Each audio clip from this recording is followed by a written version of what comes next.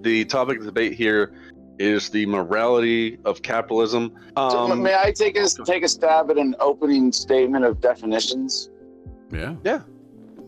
Okay, so I am first and foremost a voluntarist. I believe then that all human relations should be voluntary, free of force, fraud, and coercion, based on the idea that as an independent consciousness in your own physical vessel, you own yourself, and therefore it is wrong to initiate force against you through force or fraud or aggression or violence or coercion or anything of that nature. And the definition of capitalism that I would use here is basically concurrent with that, because the definition of capitalism from a textbook is an economic system based on ownership of the means of production.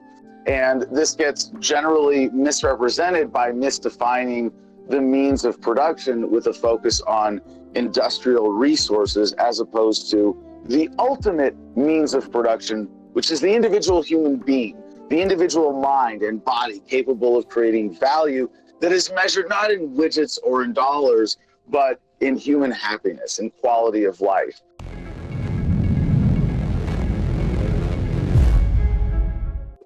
Technically, that falls under my definition of capitalism. But if you want to call that socialism, that's fine. Yeah, so I'll try to address as much of that as I can with, I guess, my own opening statement. So, surprise, surprise, I'm a libertarian too. I'm a libertarian socialist. Libertarianism's ideological roots can be found largely in the product of leftist thinkers, after all, because it was leftists who originally concerned themselves with the idea of human emancipation. I place a very high priority on human liberty, the ability for people to act independent of coercion, with full autonomy to prevent them from being stymied or withheld by institutions more powerful than them.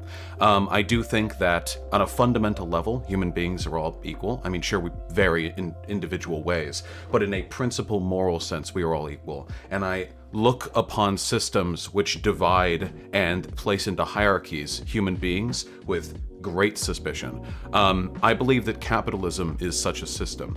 I think that capitalism, by way of its internal economic mechanisms, effectively necessitates a hierarchy that exists between those who own the means of production and those who do not. I don't like framing self-ownership in literal terms. For example, I wouldn't be comfortable with the idea of a human being selling themselves into slavery. If you own yourself, it follows logically that you can do anything with yourself if you want. It's your property. And you can, if you want, sell a piece of your property to another person without any expectation of getting it back. But I think there's something different about a human being, about consciousness and about self-actualization, that means ownership can't really apply consequentially to what we describe as sort of a human experience. So ultimately, my contention would be this: a person who believes in freedom, a person who believes in egalitarianism, a person who believes in the right for human beings to operate independent of outside external forces influencing their life, often to a negative extent, these people should believe in socialism, because only through socialism can we destroy the class divide that imposes that hierarchy upon us. Oh man, I don't know where to start there.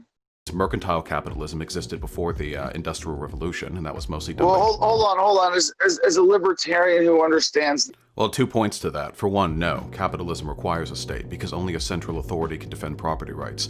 After all, if we didn't have a state, hold on. No, that's okay. See, wait. Second point as well. With Wait. It's okay. Write it down. I just want to say the second thing as well. Yeah. And secondly, you take notes. Even if that was the case, that the absence of a state bolstered capitalism, which I don't believe to be the case, I would say the abolition of the state in our society. I am an anarchist. I don't like states, but the abolition of our state in the society in which we exist now would not bring about positive outcomes. It would be highly destructive. But with regards to but I don't think you consent to be taxed if in the exercise of your natural rights something is taken from you. Yeah, you do. You could just leave the country. There are things that we can do if we don't want to be. Well, so I agree. Fundamentally, capitalism is unethical. You just said people could live on. Well, in my ideal world, there would be no coercive or government-based mechanisms of property rights enforcement. And what about corporate? Wouldn't be necessary. What about corporate elements? So, but here's where we are looking at the same problem. No, I'm sorry. Let me clarify. My argument demolishes your idea. You're making the argument that it's unethical for the government to tax you, even though you could avoid those taxes by living a subsistence lifestyle. I'm saying the exact same thing for corporations. Corporations expropriate your labor, and the only way to not live a subsistence lifestyle is to work for said corporation. In both cases, a higher power, a corporation or a state, gatekeeps the pleasures of life behind your subservience to them. In either case, you're being cucked by something infinitely more powerful than you. No individual can stand up to a state, no individual can stand up to a corporation, but in both instances, it is through their exploitation that you are able to access many of the higher pleasures of life. That's the case whether or not a state is backing up the private property rights of a capitalist society or not. Completely unnatural, and that in a flattened capitalist market without this gross concentration of Jews that is primarily centered around the phenomena of central banks, obviously backed up by government policy and coercion and tax systems and all of that. This is the same fairy tale that I have told to me by every libertarian, that somehow the state is like making everything worse. You're and a if we just took away libertarian. the state. I'm a libertarian socialist. I recognize capitalism is Right. also oppressive. You take a look at one hierarchy and say you don't like it, and then take a look at another one and say you actually quite do like it. I'm opposed to all forms of hierarchy. No, because state. How exactly do you Because back there up is no private property coercion. rights without a state? No, there is coercion because you still have to work to survive. Unless you're saying there's a robust UBI and no incentive whatsoever to work in an ANCAP state. No, of course you would not have a UBI. Right, then you have to administered by work, government and in a order world to without work and government. survive, you have to submit yourself to the will of an autocratic organization. Businesses are not democracies. You work there and you That's not obey. necessarily- Every time I You talk, can live off the land and create your own business, like what I'm doing right now. just create your Wanna own get into that business, and then other people have to work for that business. Every time I talk to an ANCAP, like they fall back on the same fairy tale about how, like, if we just got rid of the same fundamental principles of societal governance that have been working for thousands of years, suddenly everything will fall into place. Explain this Hold to me. on, Wait, nobody really? else- Let's say you're born into a sort of well-off family, or let's just say middle class in Well, an ANCAP. hold on a second. Hold wait, on, wait, hold wait. on, I hold have on. to Is lay this out work to premises before we survive, can not a even product discuss of this. nature? What? Right. What it seems to me in an anarcho-capitalist society is that we would return fundamentally to feudalism.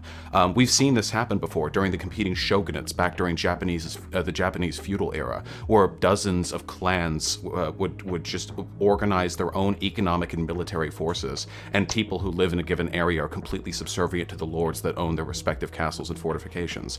This isn't entirely dissimilar to what would happen in an anarcho-capitalist society, and I'm really, really curious what mechanisms make capitalism less coercive without a state acting as an intermediary force between you and businesses. So I'm shocked to hear your commitment to money and materialism, because I don't live in an ascetic lifestyle, but This is a Is the pivot. heart We're of not this. addressing the question. Why would the absence of a state No. make capitalism less coercive? because capitalism is by definition not coercive in the way that I am defining That's not. it. That's Removal not of the an. state Wait. would be You the can't just removal of definition coercion. your way out of that question. If a person No, right now. but this is again the heart of our difference of definitions. Is that This I am isn't a saying definitional a difference. You're capitalist not system- answering the question. This is the tautological circle talking that libertarians engage in to avoid dealing with the real world repercussions of their arguments. That's life.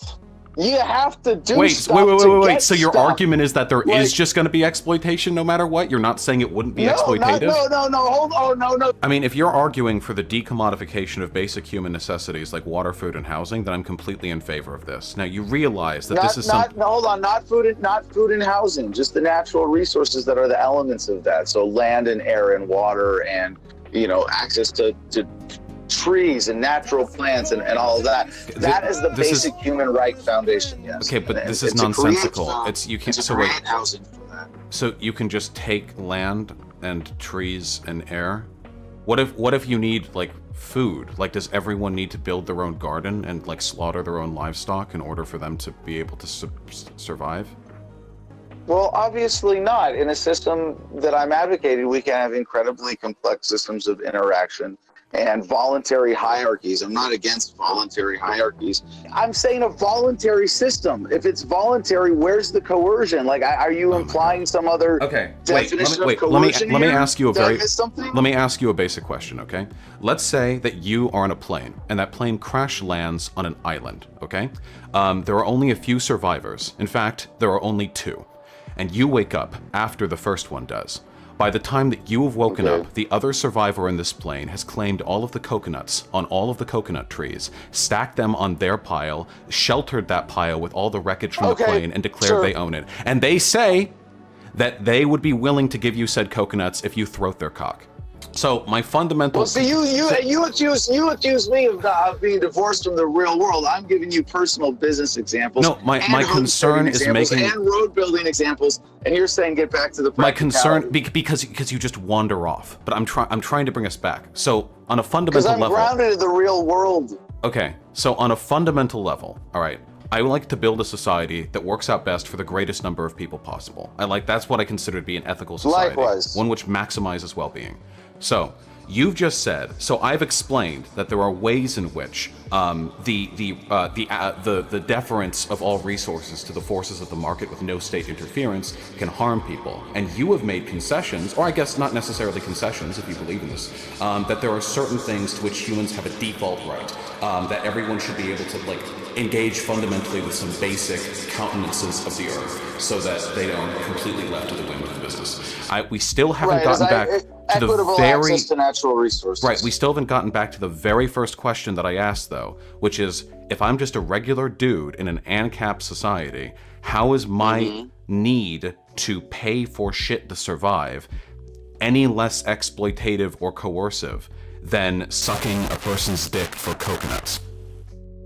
If want to do business with me, you have to give me a resume. I'm not coercing you to give me a resume. You choose to do that. Yeah, you choose to suck the guy's dick for coconuts. What do you mean? You choose to suck their dick. He doesn't have a gun. He doesn't force you. He doesn't hit you. You get down on your own knees. You unhinge your own jaw. You do the tongue work. That's your choice. That's voluntary.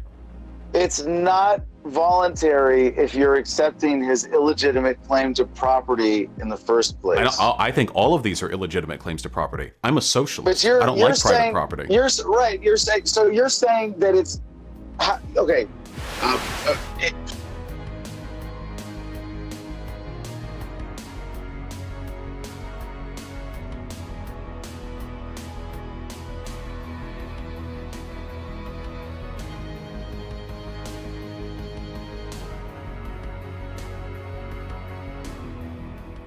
I want an ethno-state